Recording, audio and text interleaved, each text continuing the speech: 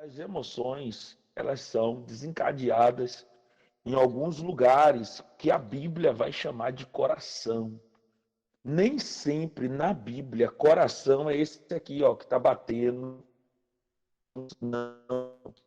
Na verdade, coração, muitas das vezes, vai ser o centro das suas decisões. Muitas das vezes, o coração vai ser a sede das emoções. Muitas das vezes, o coração na Bíblia tem a ver com as, o centro, né, o recipiente de, eu posso chamar o recipiente ou a ponta da bifurcação entre o corpo, a alma e o espírito. Então, para a gente começar o nosso texto, eu quero ler um versículo muito conhecido dos irmãos. Deixa só eu colocar aqui. Eu quero ler com os irmãos. Eu pedi aqui. Quero convidar você aí que está com sua Bíblia, dar uma meditada num versículo que eu acho fenomenal, Provérbios capítulo 4, versículo de número 23. Glória a Deus. Eu quero, antes de tudo, começar com esse versículo.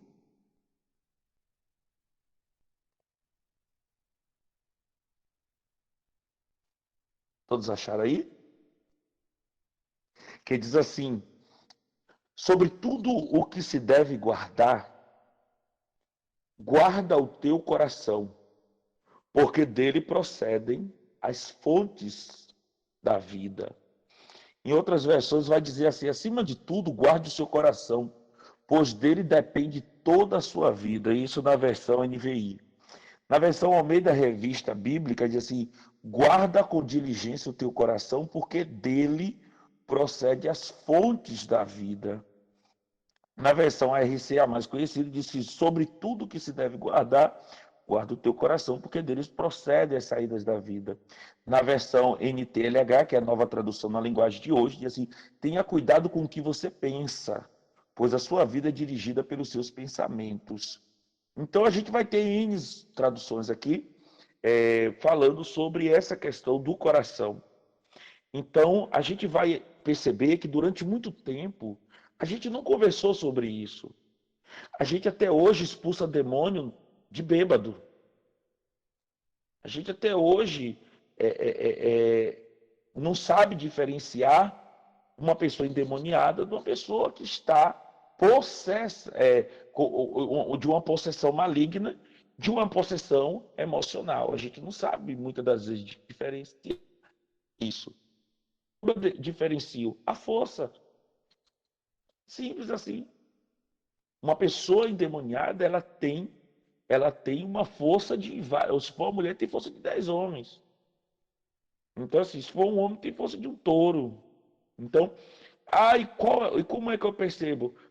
A linguagem, mãos que se tremem, perna que balança sem parar. Então, você vai percebendo uma série de fatores.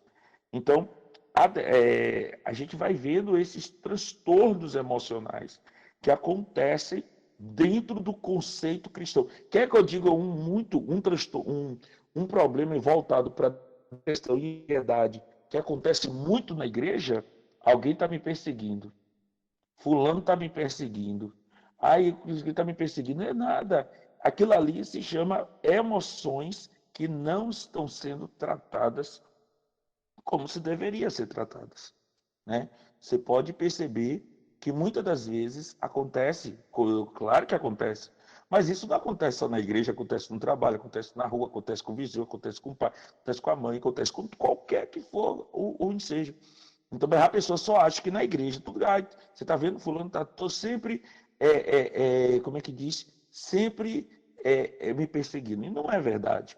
Nós sabemos que temos, sim, oposição, mas eu gosto de um versículo lá de Saul que diz que quando os opositores se levantou contra ele, ele se fez de conta que não ouvia.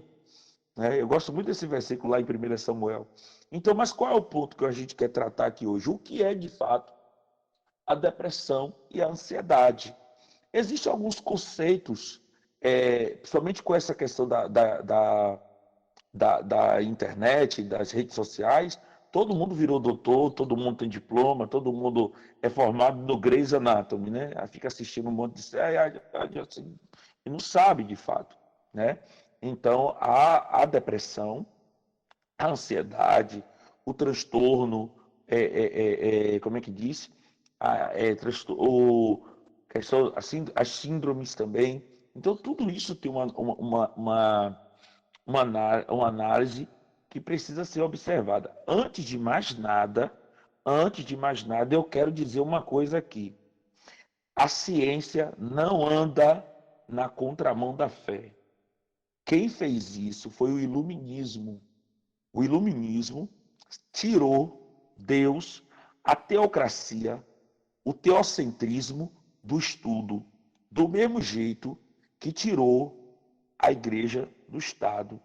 Então, um dos pontos que hoje nós temos grande dificuldade é porque sempre botamos na cabeça, a gente já chega do médico dizendo assim, fulano foi desenganado pelo médico. Parece que o médico tem prazer que alguém morra. Parece que a pessoa já chega lá dizendo assim, ai, o médico queria que eu morresse. Meu filho, o médico não quer que você morra, porque ele não estudou 12 anos da vida dele, os que fez residência, que fez pós-graduação, para você morrer, né? Então o médico não tem prazer que você morra. Quem gosta que você morra é coveiro. O trabalho dele não ser. Quem gosta disso é funerária. Ele está chorando com você, mas está doido que tu morra. Entendeu? Porque alguém vai pagar os custos do defunto. Então nunca chegue já carregando. Ai, que o médico quer que eu morra. Não existe isso. Então, Deus confunde a medicina, mas a ciência e a fé andam de mãos dadas um com o outro. Eu gosto de um texto lá em Salmo 139, onde diz que a ciência é grandiosa, só que existe o seguinte, a fé e a ciência. Só que existe um muro aqui que divide as duas. E esse muro se chama muro do conhecimento. Só que muita gente não quer subir o muro do conhecimento. Então ele prefere julgar que a ciência anda na contramão da fé. E na verdade não é. A verdade é que a ciência e a fé andam de mãos dadas. Porque do mesmo jeito que a fé é insondável, a ciência também. Então, antes da gente começar, é bom a gente ter essa clareza, até mesmo para a gente não ficar trocando as coisas. Outro ponto que eu queria deixar bem claro aqui, antes mesmo da gente começar sobre esse assunto, é a questão de dizer o seguinte: Deus não trata aquilo que é para o homem tratar, viu? Ai, Jesus vai me curar, vai morrer, vai ficar aí do mesmo jeito, porque Jesus não faz aquilo que você pode fazer. Então, se você identifica um problema emocional, do mesmo jeito que você vai tratar uma infecção urinária, uma pedra no rim, uma palpitação no coração, você também tem que tratar a sua cabeça, porque você não é doutor, você não é médico, você não é analista da sua saúde. Por isso que Deus deixou os médicos. Então, de antemão, se alguém tem esse pensamento, já comece a mudar esse pensamento, porque isso não é de Deus, não é bíblico. Você percebe que a mulher do fluxo de sangue, antes dela ter um encontro com Jesus, a pessoa fala assim: ah, pastor, nada adiantou. E se ela não tivesse tomado os remédios, você acha que ela chegaria até lá? Ela teria, diz que ela sofreu 12 anos. Ela que não fizesse a parte dela, não. Ela não se recuperava, mas manteve ela de pé até lá. Então tome muito cuidado com os equívocos que nós carregamos quando o assunto. Eu não vou no psicólogo, não vou no psiquiatra, não vou no psicanalista, porque é coisa de doido. De médico e doido, cada um tem um pouco. Então, já vá guardando isso aí para você entender como é que acontece. Então vamos lá. Para a gente falar um pouco sobre depressão, a depressão, o nome já está dizendo. O que é depressão? Decaída, aquilo que cai, aquilo que abaixa, aquilo que sai. Nós sabemos que no nosso corpo existe alguns, como é que eu posso dizer, hormônios que produzem em nós alegria. Por exemplo, se você jejuar além do que você está acostumado, com certeza você começa a ficar irascível, iracunda, você começa a perder o humor. Tem gente aí que se não não comer uma coisa doce de manhã, misericórdia, vira um leão. Não é porque é ela, é porque tem hormônios que dosam o seu humor, que dosa a sua como é que eu posso dizer? Que dosa. Então, automaticamente, o que é a depressão? É a queda, é o declínio hormonal, é o declínio químico que produz esse tipo de atitude. Então, por exemplo, você vê uma pessoa com depressão, ela tem esse quadro clínico de declínio nas suas emoções, nos seus sentimentos. Como é que você percebe isso? Pense numa pessoa que ama cozinhar, que ama fazer tudo na cozinha, ela tem aquele prazer, de repente ela perde. Então, eu como terapeuta na área cristã, eu vou dizer uma coisa para os irmãos. Quando a gente fala de depressão, existem algumas formas dela adentrar. Primeiramente, ela pode adentrar por um trauma, por uma situação, sim, pode desencadear. Pode entrar também pela questão, como é que eu posso dizer para você, de maus hábitos. Uma pessoa que não tem hábitos saudáveis, alimentação boa, então ela pode entrar. Mas a depressão em si, por uma perca, isso, um luto, mas de tudo isso, o que acontece? Ela vai, pode ser uma influência, uma influência maligna, sim, mas o que acontece aqui? É observado que a sua parte química do corpo decai. Ela não tem, como eu falei, hábitos, essas coisas. Então, com o desencadear de um fato como esse, vai acabar tendo uma decaída muito grande. Então, por exemplo, você vai ver pessoas que passam aborrecimento todos os dias. Ela tem uma probabilidade de desenvolver uma depressão. Você vai ver uma pessoa que cresce dentro, uma criança, um adolescente que cresce dentro de um ambiente hostil, um ambiente violento, um ambiente onde ele tem ali, né, muitas das vezes, o seu processo de crescimento é afetado, a violência psicológica, a violência sexual, a violência de todos os tipos que a gente pode imaginar. Então, ela tem uma probabilidade disso acontecer. Então, qual é o ponto que a gente começa a observar? Que a depressão, ela tem uma tendência muito grande e foi o ponto que o diabo encontrou para adoecer a sociedade, para adoecer. Primeiro porque ela viu que a nossa sociedade, querendo ou não, saltando da era meio arcaica para uma era moderna, a gente começou a vir sem ter nenhum parâmetro. Você quer ver uma coisa que acontece? A pessoa ganha o seu salário lá bem baixinho, um salário básico. De repente ele começa a ganhar bem, muito bem. Ele não compra mais comida para fazer em casa, não, ele come na rua. Toma café na padaria, almoça no restaurante, janta no McDonald's, aí se quer alguma coisa, pede uma pizza no final do coisa.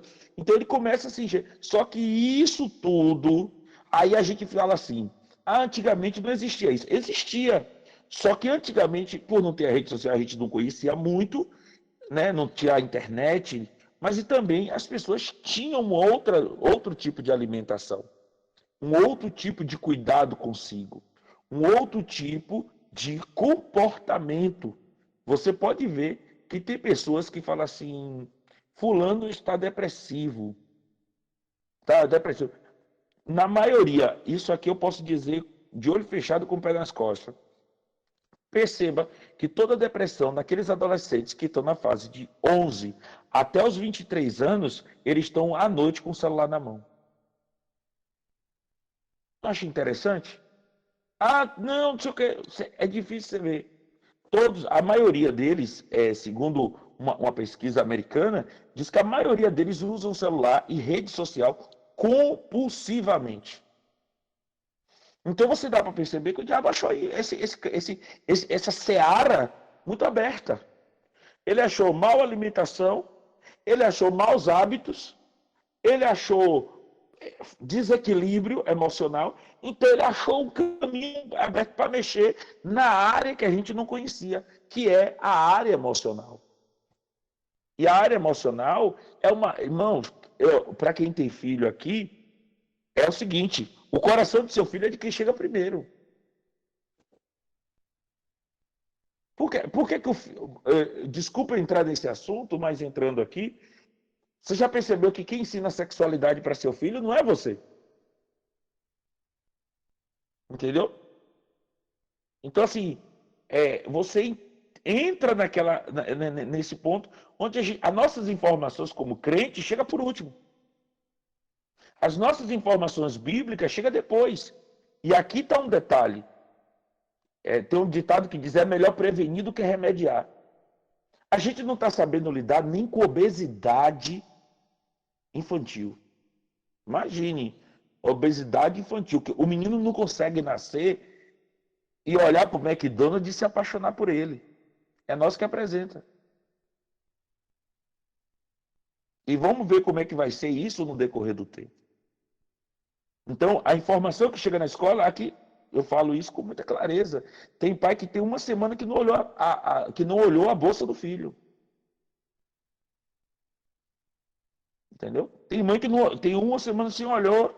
E isso, se você não abraça, outros abraçam. Não, e o problema, a questão, como a irmã colocou aqui, do traficante, das drogas, essas coisas, isso aí é até passivo de você enxergar. E o abusador? E o pedófilo? E o relacionamento fora? E a informação da professora que quer colocar, incutir a ideologia de gênero? E várias outras coisas. Outra coisa aqui que acontece muito, que eu não imaginava, mas acontece muito, buscando conhecimento, e isso, amizade com alegria. Toda pessoa que é depressiva, está na escola, está desenvolvendo um comportamento, ele sempre quer puxar outros para a sua realidade.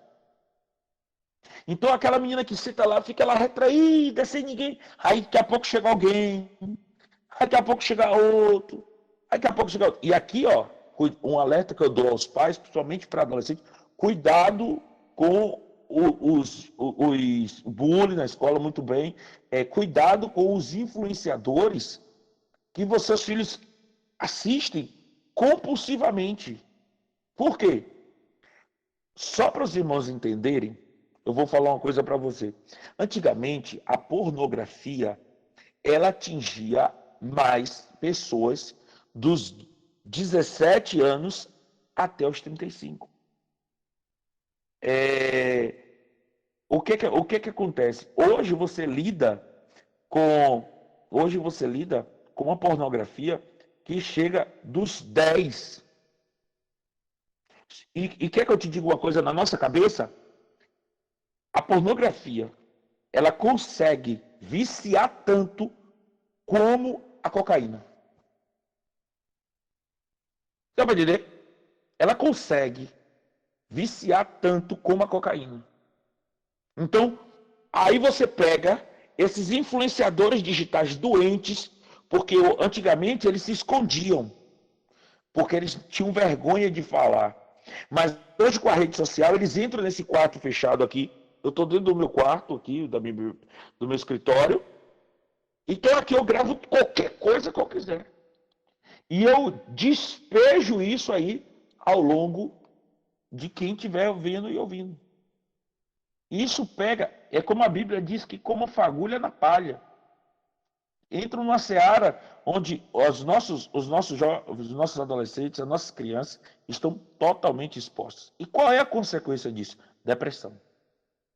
Qual é a consequência disso? Depressão. Aí a mãe que não teve controle, o pai, a avó, o tio, o responsável que não teve aquele controle no início, aquele filtro, não consegue fazer mais. Porque, infelizmente, já chegou numa proporção que já alcançou o coração da pessoa. Então, por isso que eu digo que de tudo que se deve guardar o coração. De tudo que se deve guardar o coração. Uma coisa que eu estou alertado muito aos pais: seu filho não pode ter celular com senha. A conta deve ter vinculado à sua.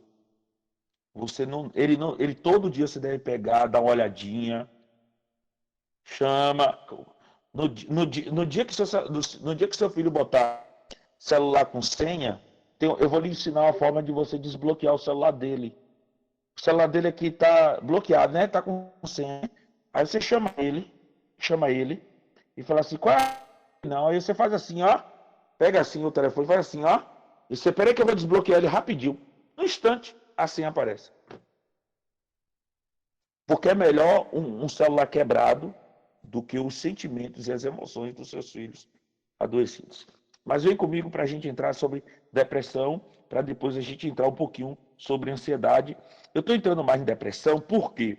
Porque a depressão só pode ser constatada pelo psiquiatra. Não existe depressão constatada de olho. Ai, estou vendo que ele está em depressão. Não, porque muita gente associa depressão com tristeza. E não é.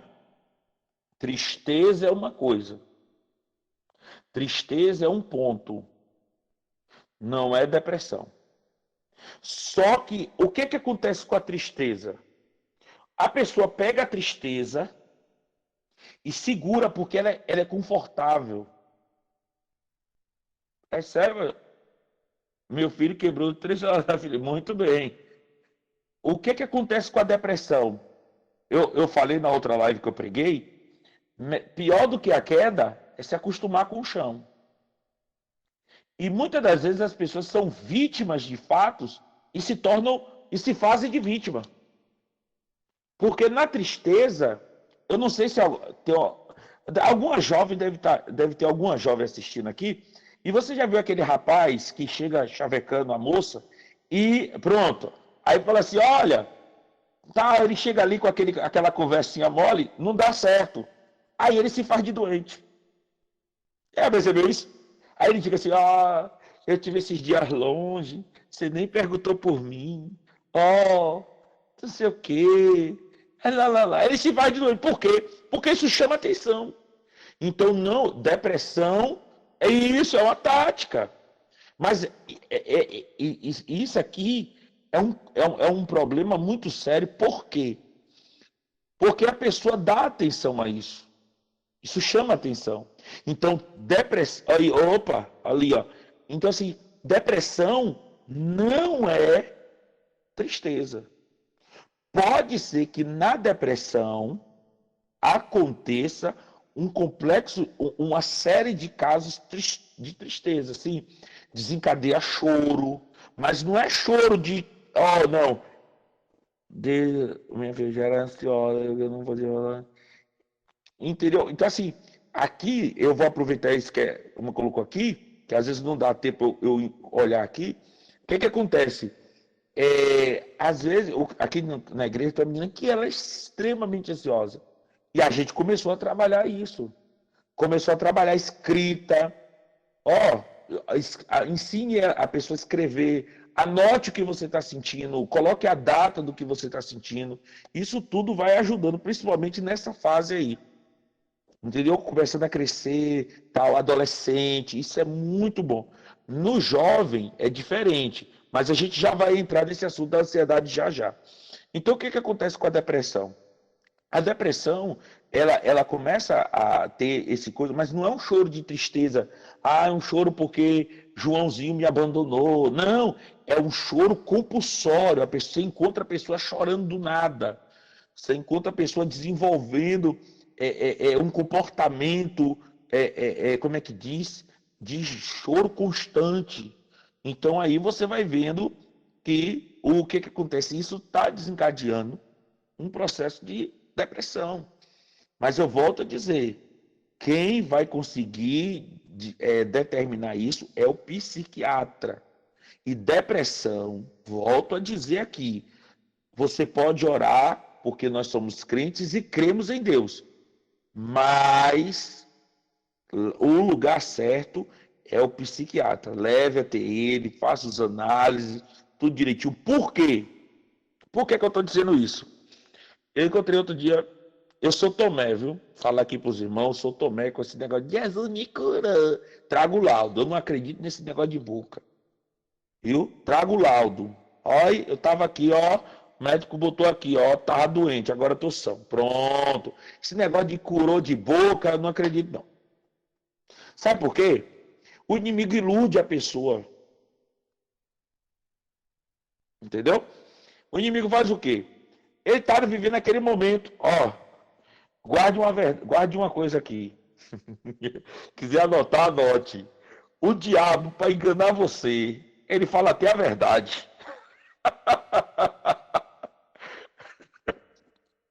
Você concorda comigo? Então o que acontece? Nós precisamos tomar muito cuidado, porque às vezes a pessoa, eu estou orando, tal. Não, médico, medicação, direitinho, acompanhamento.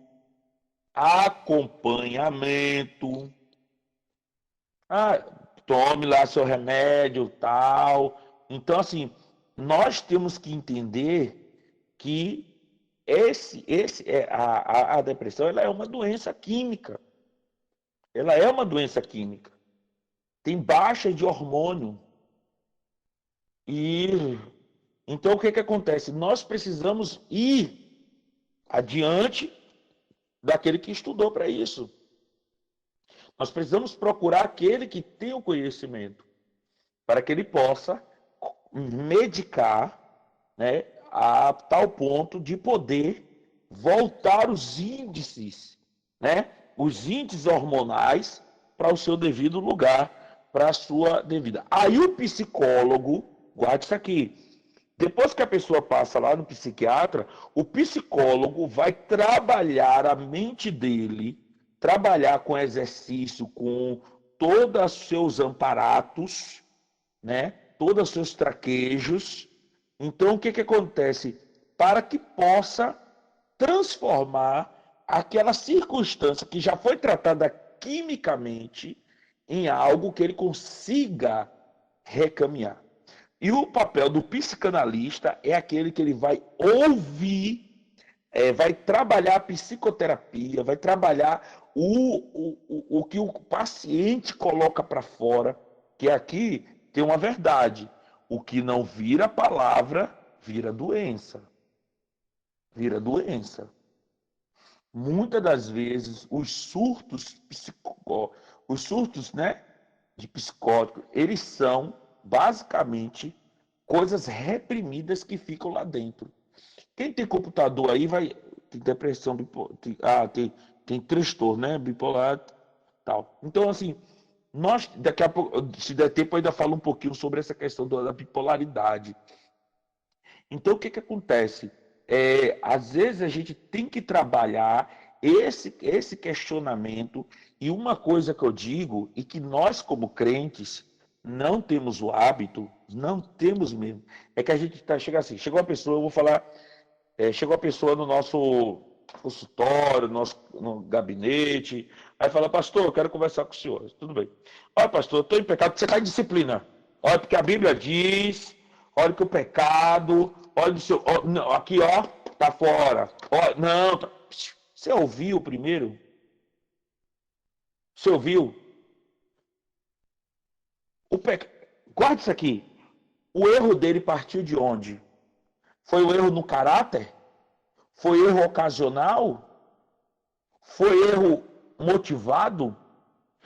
Qualquer mãe aqui que está aí, qualquer mãe aí, se eu chegar agora e sentar no tapa num filho seu, nenhuma de vocês vai dizer, olha que pastor abençoado, servo de Deus. Amei. Olha, meu Deus do céu, amei como esse pastor. Olha como Deus usou esse menino, né? Já já a gente vai falar esse quesito aí. Então, qual é o ponto? Então, quando você ouve, você vai descobrir, você vai entender qual da onde é que está partindo, principalmente a questão da depressão. Por isso que quando a pessoa passou lá no psiquiatra, isso tratando sobre depressão, tá? Não confunda, ansiedade a gente trata daqui a pouco. A pessoa passou lá, aí o psicólogo vai trabalhar isso. E qual é o papel do psicanalista? É trabalhar o que está guardado aqui dentro e transformar isso em palavras. E transformar isso em expor para fora. Porque o grave problema que acontece na igreja, principalmente nós que somos cristãos, é que as pessoas não conseguem falar com a gente. Sabe? Nós já temos um olhar assim, ó. Se alguém chegar em casa e falar assim, olha, eu pequei, aí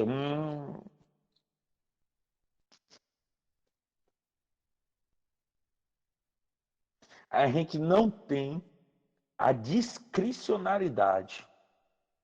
Nós não somos discretos. E é isso que está sendo uma seara abençoada. Olha, irmãos, eu falei outro dia, eu sabia que tinha uma pessoa que a língua é maior do que a minha gravata. Não, olha, Ana, não é nem pela questão de julgar.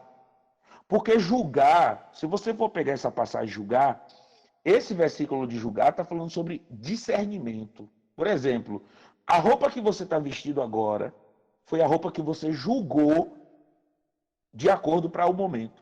Então você discerniu. Agora o problema não é o julgamento, o problema é o condenar. É o que a Bíblia diz lá em 1 Coríntios 11. Porque se nós fôssemos julgados pelo Senhor, não seríamos condenados com o mundo. O problema é que além da gente julgar, a gente condena. Entendeu? Então, assim, o problema é esse. É não somente o discernir, mas o condenar também. E aqui é onde está o detalhe. Claro, também deixo claro o seguinte: apontar o pecado não é problema.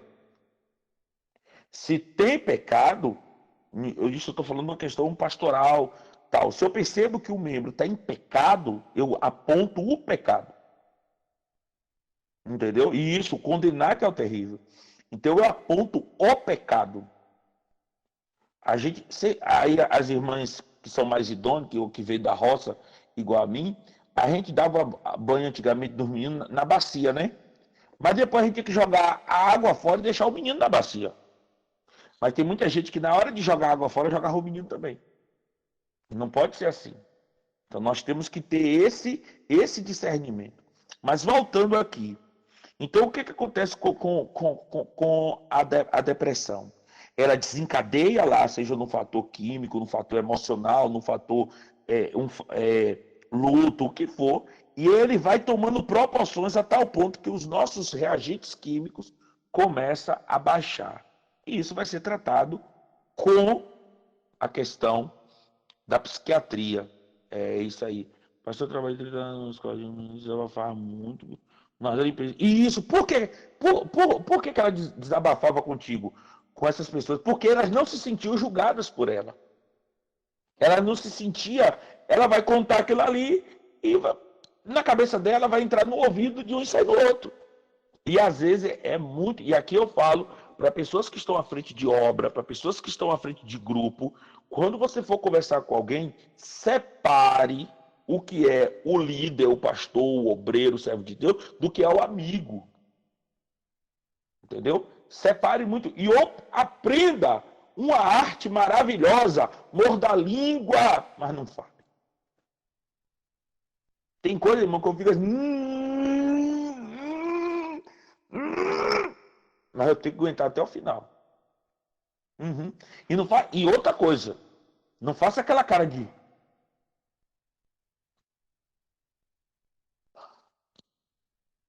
Não. Ouça.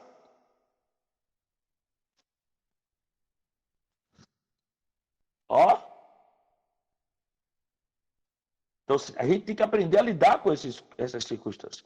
Mas, assim, isso é depressão. A queda. Outro fator que você sabe que acontece com a depressão é assim, é que a depressão ela é silenciosa. Mas quando ela tem aquela baixa, aquela queda, é aí que você tem que começar a ver. Então, assim, de antemão, Sempre observe quem tem filho. Veja se ele está assistindo todos os dias a mesma programação. Se todo dia, religiosamente, ele faz a mesma coisa. Isso é um sinal de depressão. Ah, o meu filho só quer dormir. Ele dorme em pé, dorme deitado, dorme. Isso é um sinal de depressão. Para pessoas mais jovens, para adulto, a questão do remédio. A pessoa só vive à base de remédio. Tem uma galerinha aí que, isso. Mas o que que acontece? Tem uma galerinha aí que passa a vida comendo besteira. Isso aqui eu não sou nutricionista, mas vou falar. Passa a vida inteira comendo besteira. Assalta a geladeira. Aí tá perto de um casamento. O vestido é 30. A pessoa é 60. Aí quer tomar um monte de remédio, murcha a barriga, seca a barriga, desce o bucho, cresce o bucho, sei lá como é o nome, e acha que vai fazer efeito. Minha filha, meu filho, Jesus não faz esse tipo de milagre não, viu? Não, nem se desespere. Entendeu? Nem se desespere. Então, vá fazer sua atividade física, corte aquilo que precisa ser cortado. Então, por quê? Olhe bem como acontece. Seu corpo está recebendo 8.000 calorias todo dia. 9.000, 10.000. Aí você dá 500 calorias para ele. O que é que ele vai fazer com suas emoções? Se eu estou caindo, meu filho, cai tudo. Tem gente aqui que se não tomar uma xícara de café de manhã, morre. Não tomar uma xícara de café, morre. Igual um zumbi. Imagina, olha, eita Deus fiel, olha, ó, vigia, vigia. Você dá para entender? Tem gente que se não comer doce, morre. Olha, então assim, tome cuidado com, eita, gente. Então tomem cuidado com essas baixas. Eu tive uma jovem que valorizou porque ela dizia que estava anorexia, ela tem o transtorno da anorexia, né? Então, ó, você dor de cabeça, depois te ensino uma dica aí para você tomar café mais diferente. Dói, ó, eu tenho que fazer jejum de café. Não, não é questão de fazer o jejum do café, porque depois você vai voltar para ele. A questão é educar ele, é educar o nosso coisa. 30 dias sem gás, fiquei sem tomar café. Não, então assim, não tô aqui condenando, mas qual é o ponto que eu quero frisar? O educar. Olha o versículo que Paulo disse, né? Tudo é lícito, mas não me deixarei dominar por nenhuma delas. Então a gente tem que aprender a lidar com tudo. Por exemplo, eu já cheguei em casa que o pessoal toma café, misericórdia. Café, café, café no almoço, café na janta, café dormindo, café acordado, café no frio, café no calor, café em tudo. Não tem problema nenhum. Olha, café aumenta a fé, eu sei disso. Rapaz, pensa com a pessoa que sabe. Só que tem um detalhe, eu não posso deixar ele, né, passado, não. Eu tenho que aprender a lidar com isso, né? Eu tenho que aprender a lidar com isso. Então, outra coisa que eu digo, então assim, essas pessoas que são muito jovens faz o quê? Começa a viciar o corpo, para quê? Para tomar remédio para dormir, começa a tomar remédio para emagrecer, aquelas fórmulas mágicas, aquele chá mágico. Então, tudo isso faz o quê? Um mal. Pessoas com mais idade. É raríssimo eu ver pessoas fazendo caminhada, atividade física. É difícil. Leitura, escrita. Olha, não, eu vou dizer um negócio aqui, só para gente que está ouvindo. Quando a pessoa fala para mim assim, é que minha memória não guarda nada. Eu digo, tomara que Jesus arranque seu cérebro. Você fica um descerebrado. Não existe isso, irmão. Tudo aqui, ó, tudo é treinado. Tudo é treinado. Se você treina, com certeza você consegue. Não tem como eu ir hoje na academia, ficar 24 horas lá dentro e achar que eu voltei parecendo um Hulk. Não tem como. Você dá para entender? Então, assim, nós precisamos tomar muito cuidado com isso. Então, eu falei aí tanto a questão da criança, como da juventude, como também dos idosos. Tem que adquirir. Ah, e tem um detalhe. Tem um detalhe. Só tem uma forma. Aí, ó, só tem uma forma de você evitar o Alzheimer, que a gente achava que era só doença de velho. Hum. E a gente está começando a ver pessoas mais novas. E eu estou começando a ver pessoas infartando. Uhum. Mulher infartando. Tomem cuidado. Então comece a adquirir hábitos saudáveis que vai lhe ajudar nesse processo, principalmente quando o assunto é depressão. Se alimente bem, viu? Outro dia eu Qual a encontrei. forma, pastor? Pode falar. Qual a forma de evitar o Alzheimer? Leitura, escrita, caminhada, isso tudo ajudará, principalmente a leitura em voz audível.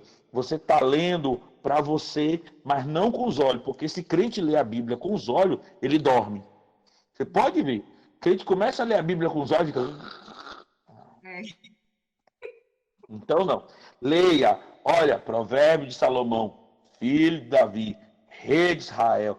Isso. Tenha o hábito, crie, né? Para que você leve essas informações. Quer que eu diga uma coisa? Eu vou fazer essa pergunta aqui, fazer essa dinâmica aqui para ver se alguém sabe. Quem está aqui que recebeu um elogio hoje?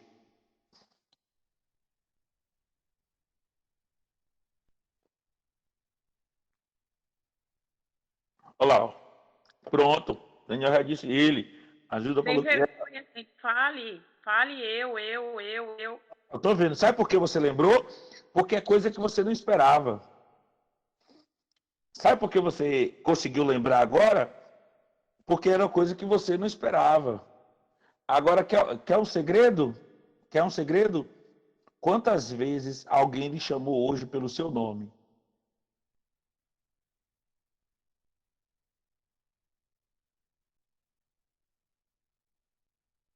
Eu bastante vezes. Quantas? Ah, aí não dá, né? No trabalho, aqui em casa, vixe, muitas vezes. Por quê? Por que você? Porque o nome já é comum. Principalmente mãe que tem filho pequeno, pai que tem filho pequeno, ou que mora perto de alguém. Então, assim, ninguém lembra. E é que é seu nome. Deu para entender? Então, assim, a nossa mente trabalha assim. Guarde uma coisa também. Sua mente, ela foi feita para esquecer.